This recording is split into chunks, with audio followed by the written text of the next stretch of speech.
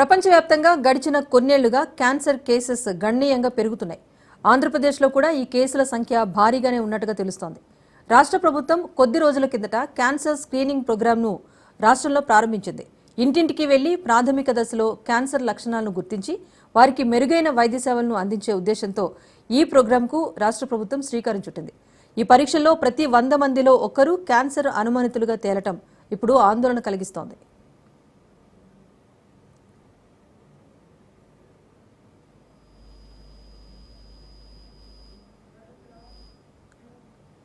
ఈ వ్యాధిని కట్టడి చేసేందుకు వీలుగా ప్రజలందరికీ క్యాన్సర్ పరీక్షలు నిర్వహించాలని ప్రభుత్వం నిర్ణయించింది. 18 ఏళ్లు పైబడిన వారికి నోటి, రొమ్ము క్యాన్సర్, 30 ఏళ్లు పైబడిన మహిళలకు గర్భాశయ ముఖద్వార క్యాన్సర్ స్క్రీనింగ్ జరుగుతోంది. ఈ స్క్రీనింగ్ ప్రోగ్రాంలో భాగంగా ఇప్పటి వరకు 53,07,448 మందికి వైద్య పరీక్షలు నిర్వహించారు. వీరిలో 52,221 మంది క్యాన్సర్ అనుమానితులుగా ఆరోగ్య శాఖ గుర్తించింది.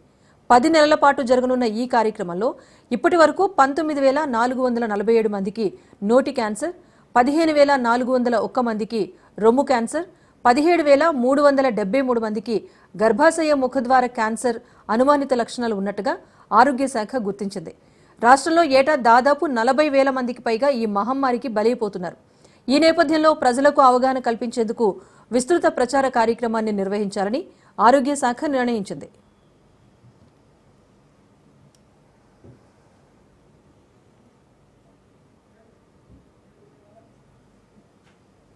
గ్రామీణ ఆరోగ్య కేంద్రం స్థాయిలో జరిపే స్క్రీనింగ్లో వైద్యులు అనుమానిత కేసులను పరిశీలిస్తున్నారు. అధిక రక్తపోటు, మధుమేహం వంటి వ్యాధులను నిర్ధారించే చికిత్స అందిస్తున్నారు. అనుమానిత క్యాన్సర్ కేసెస్ను ఉన్నత స్థాయి వైద్య కేంద్రాలకు రిఫర్ చేస్తున్నారు.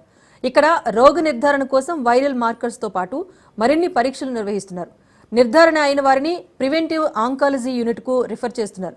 ఆంకాలజీ యూనిట్ స్థాయిలో సూపర్ స్పెషలిస్ట్ సమక్షంలో రోగ నిర్ధారణ చికిత్సను అందిస్తున్నారు.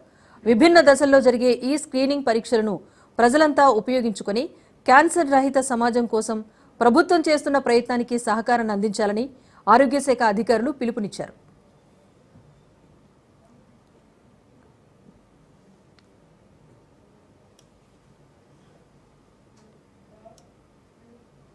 ఎంతో మంచి ఉద్దేశంతో ఏపీ ప్రభుత్వం ముందస్తు క్యాన్సర్ స్క్రీనింగ్ కార్యక్రమాలు చేపడుతున్నందున వాటిని ప్రతి ఒక్కరూ సద్వినియోగం చేసుకుని ఆరోగ్యంగా ఉండాలని ఏపీ వైద్య ఆరోగ్య శాఖ కోరుతోంది.